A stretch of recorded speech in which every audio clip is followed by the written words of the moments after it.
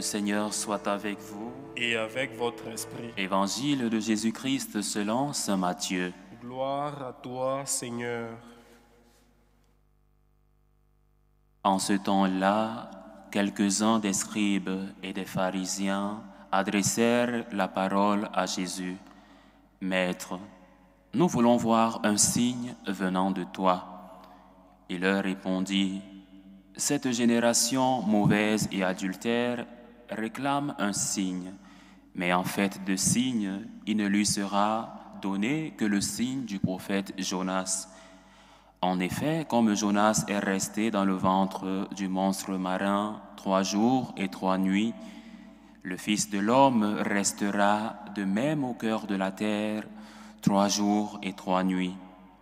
Lors du jugement, les habitants de Ninive se lèveront en même temps que cette génération et ils la condamneront.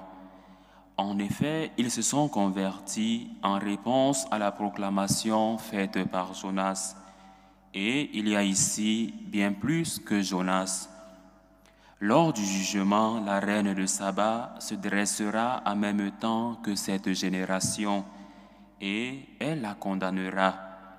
En effet, elle est venue des extrémités de la terre pour écouter la sagesse de Salomon. Et il y a ici bien plus que Salomon. Acclamons la parole de Dieu. Louange à toi, Seigneur Jésus.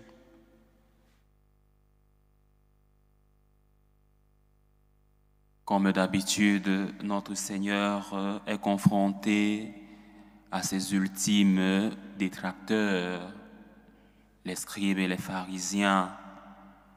Et aujourd'hui, la tension se fait plus forte, mais notre Seigneur a autorité.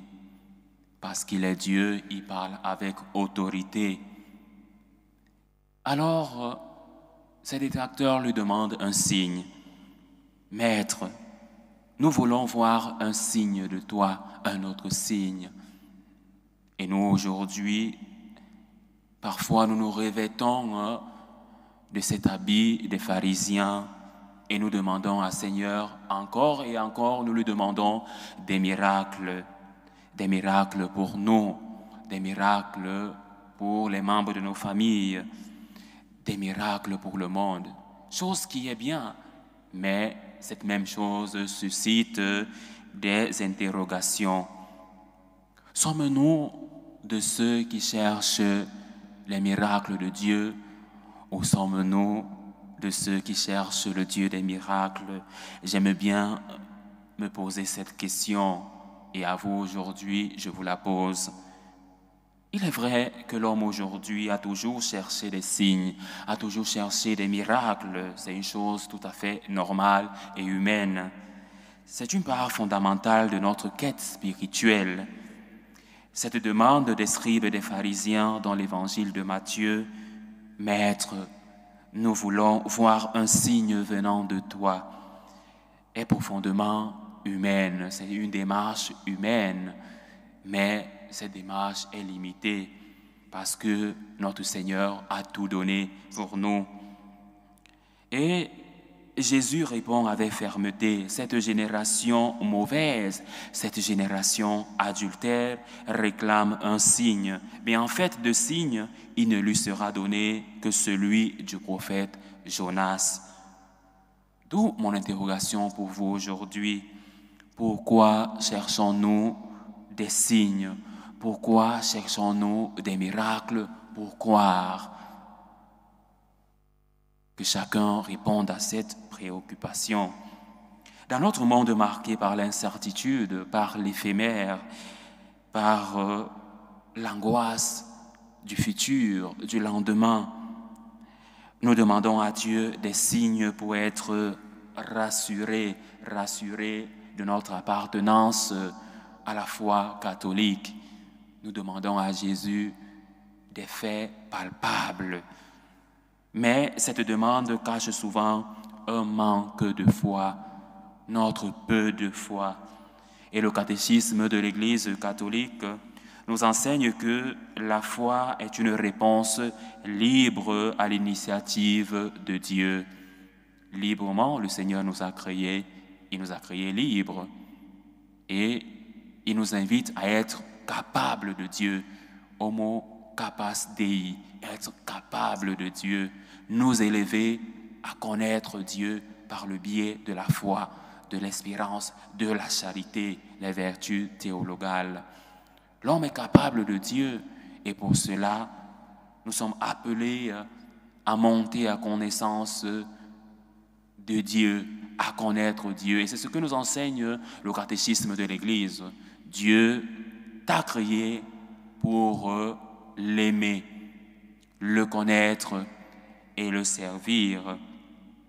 Alors, cette foi ne repose pas sur les preuves visibles, mais sur la confiance, sur l'abandon, sur l'accueil de la vérité révélée, sur l'accueil du donné révélé. Et le donné révélé n'est rien d'autre que notre Seigneur Jésus qui s'est révélé dans sa parole, qui s'est révélé en se faisant chair, en se faisant connaître, en se manifestant au monde.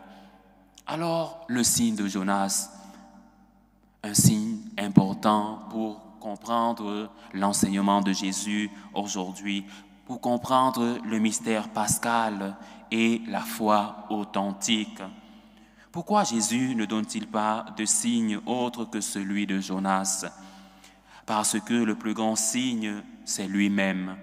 Parce que le plus grand signe, c'est la résurrection de notre Seigneur. Parce que le plus grand signe, dans sa passion, dans sa mort et sa résurrection, notre Seigneur a tout récapitulé.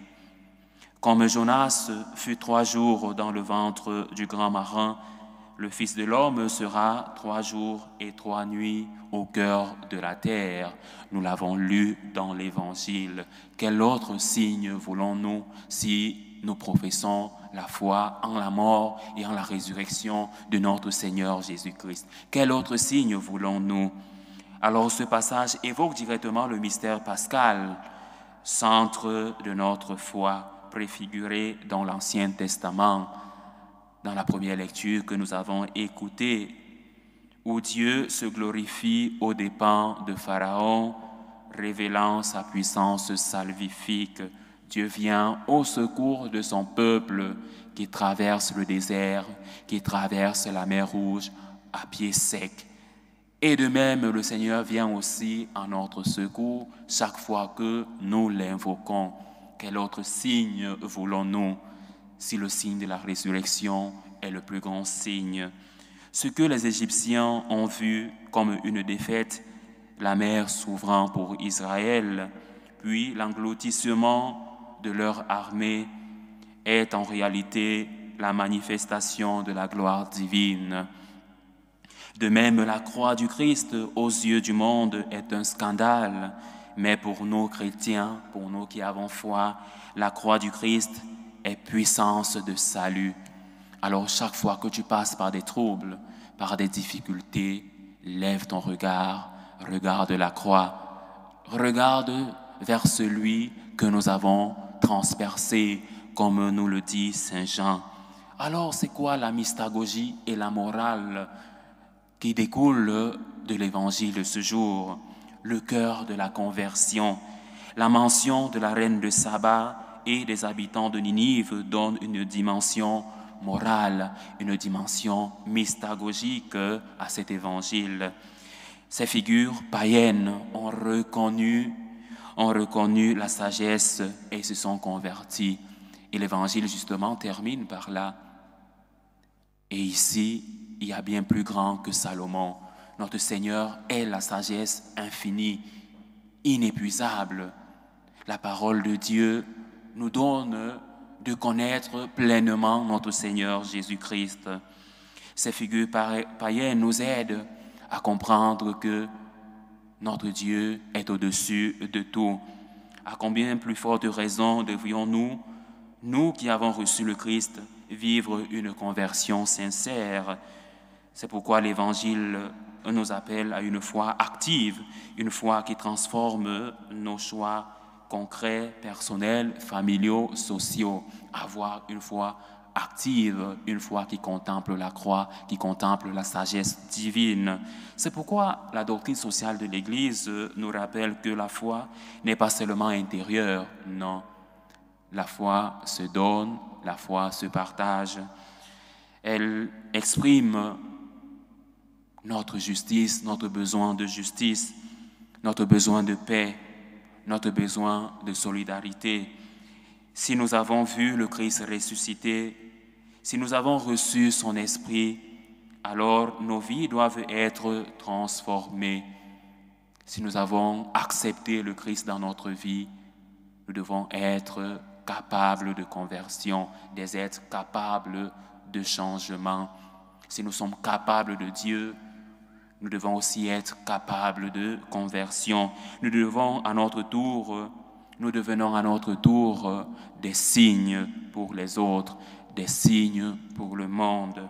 Alors, bien-aimés de Dieu, il convient pour nous aujourd'hui de célébrer cette victoire de Moïse et du peuple d'Israël que nous avons écoutée dans la première lecture, après la traversée de la mer Rouge. Et nous aussi, après un miracle, nous devons chanter notre gratitude envers Dieu. Il est repris dans la liturgie comme une réponse de foi, un acte de reconnaissance. Le Seigneur est ma force, le Seigneur est mon chant, il est mon salut. Le Seigneur est mon signe. La résurrection de Jésus est le signe dont j'ai besoin. Voilà le signe ultime, non pas une preuve visible, mais une relation vivante avec Dieu, avec le Dieu qui me sauve, le Dieu qui vient à ma rencontre, le Dieu qui vient pour me sauver. C'est pourquoi Saint Augustin et Saint Thomas nous invitent à l'intelligence de la foi. Saint Augustin nous enseigne que la foi cherche l'intelligence. Ce n'est pas une crédulité aveugle, mais un chemin vers la sagesse. C'est pourquoi il dira « Je crois pour comprendre et je comprends pour mieux croire ». Pour mieux croire, il faut comprendre. Il ne faut pas avoir une foi aveugle, mais une foi qui questionne. Quant à lui, saint Thomas d'Aquin, dans sa somme théologique, nous montre que la foi et la raison sont complémentaires. Dieu nous donne des signes, mais ces signes demandent d'être lus avec le cœur illuminé par la grâce de Dieu. Et il affirme que le plus grand miracle est la transformation du cœur humain par la charité. Nous sommes appelés à être nous-mêmes aujourd'hui, des signes de changement pour le monde, pour nos frères qui ont besoin de nous. Alors aujourd'hui encore, beaucoup demandent des signes, beaucoup demandent à Dieu des miracles. Mais Jésus nous invite à regarder le signe par excellence, la croix et la résurrection. Notre Seigneur a expérimenté la croix, mais la croix n'a pas été la fin de tout. La résurrection, si. Et aujourd'hui, nous sommes capables de regarder notre Seigneur qui a vaincu la mort et a fait ressurgir la vie par sa résurrection. Il nous appelle à la foi, à la conversion et surtout à la confiance. Et le vrai miracle, c'est notre vie changée, c'est notre propre conversion. Un peuple qui marche avec Dieu, une église qui vit de l'amour du Christ, une église qui rayonne aux yeux du monde. Alors, bien-aimés de Dieu, chers frères et sœurs en Christ, ne cherchons pas les miracles de Dieu, cherchons plutôt ce Dieu qui peut nous donner ce dont nous avons besoin, ces miracles. Le Christ est ressuscité, c'est le plus grand des miracles, c'est notre foi. Et Saint Paul nous le dit, si nous ne croyons pas que le Christ est ressuscité, vaine est notre foi. Et si nous mourrons avec le Christ, nous vivrons, nous ressusciterons. Voilà le seul signe nécessaire pour aujourd'hui. nécessaire pour notre humanité, nécessaire pour l'éternité. Le Seigneur est mort, il est ressuscité, il nous a ouvert les portes du ciel et il nous invite à une vie avec lui. C'est notre espérance. Loué soit Jésus-Christ. À jamais.